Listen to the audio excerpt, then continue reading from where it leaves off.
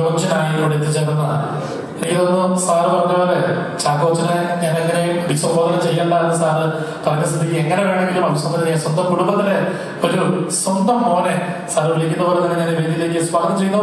മലയാളത്തിന്റെ സ്വന്തം, നമ്മുടെ സ്വന്തം, ഇന്നിവിടെ ചീഫ് ഗസ്റ്റായി എത്തിച്ചേർന്ന മലയാളികളുടെ സ്വന്തം ചാക്കോച്ചനെ, കുഞ്ചാക്കോ ബോബനെ ആദരപൂർവ്വം ഈ വേദിയിലേക്ക് സ്വാഗതം ചെയ്യുന്നു, ക്ഷണിക്കുന്നു.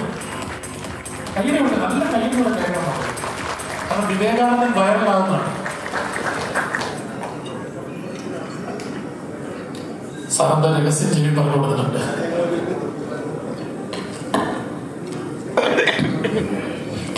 എല്ലാവർക്കും നമസ്കാരം. Very happy new year.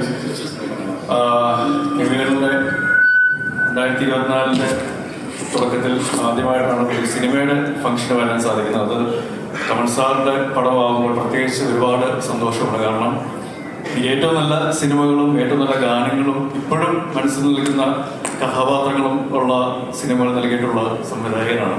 അപ്പോൾ ആ ഒരു സന്തോഷം ഈ വേദി ആദ്യം തന്നെ പങ്കിടുകയാണ്.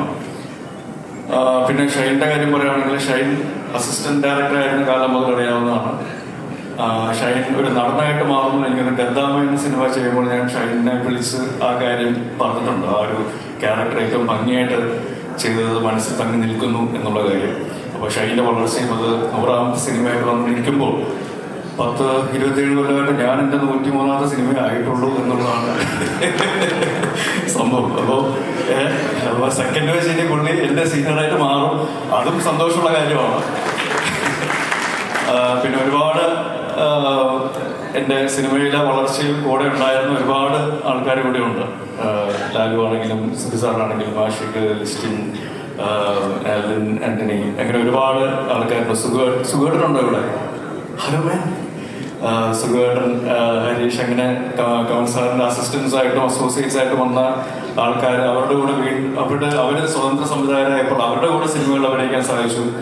അവരും ഒരുപാട് അവിസ്മരണീയമായ സിനിമകളും കഥാപാത്രങ്ങളും നൽകി. അങ്ങനെ ശരിക്കും പറഞ്ഞാൽ എനിക്ക് ആ ഒരു സന്തോഷവും നന്ദിയും പറയാനുള്ള ഒരു വേദിയായിട്ട് ഞാൻ വിവേകാനന്ദ വയലാർ എന്നുള്ള ഈ വേദി ഉപയോഗിക്കുകയാണ്. ഒരുപാട് സന്തോഷം. നമുക്ക് എല്ലാവർക്കും അറിയാവുന്ന പോലെ ഗാനങ്ങളുടെ കാര്യത്തിൽ, സിനിമകളുടെ ഗാനങ്ങളുടെ കാര്യത്തിലാണെങ്കിലും കമൽ സാറിന്റെ ഒട്ടനവധി ഗാനങ്ങൾ നമ്മുടെ മനസ്സിൽ എപ്പോഴും തങ്ങി നിൽക്കുന്നതാണ്. അപ്പൊ ഈ ഒരു അവസരത്തിൽ ഇതിന്റെ ഓഡിയോ ലോഞ്ചിന് വന്ന് നിൽക്കുമ്പോൾ അത് എനിക്ക് കിട്ടുന്ന അംഗീകാരമായിട്ടാണ് ഞാൻ കരുതുന്നത്. And all the very best എൻ്റെ ക്രൂ. ഒരുപാട് ഞാൻ സ്നേഹിക്കുന്ന, എന്നെയും സ്നേഹിച്ചിട്ടുള്ള ആൾക്കാർ ഈ സിനിമയിൽ കൂടെ പ്രവർത്തിച്ചിട്ടുണ്ട്. മുന്നണിയിലും പിന്നണിയിലും എല്ലാം കൂടെ വർക്ക് ചെയ്യാത്ത കുറച്ച് ആൾക്കാരൊക്കെ ഉണ്ട്. റീനയുടെ കൂടെ ഒന്നും വർക്ക് ചെയ്തിട്ടില്ല.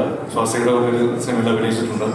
അപ്പം അങ്ങനെ ഒരുപാട് സ്നേഹമുള്ള ആൾക്കാർ ഈ സിനിമയുടെ കൂടെ ഉണ്ടെന്നുള്ളത് എനിക്കും സന്തോഷം നൽകുന്ന കാര്യമാണ്. So all the very best. ഈ സിനിമയുടെ പേര് പറയുന്ന പോലെ തന്നെ ഇത് തിയേറ്ററുകളിൽ, ഓഡിയൻസിന്റെ ഹൃദയങ്ങളിൽ വൈറലാവട്ടെ എന്ന് ആത്മാർത്ഥമായിട്ട് ആശംസിക്കുകയാണ്, പ്രാർത്ഥിക്കുന്നു. All the very best. കൂടുതൽ വീഡിയോസിനായി B4 Place ഫോളോ ചെയ്യൂ, സബ്സ്ക്രൈബ് ചെയ്യൂ.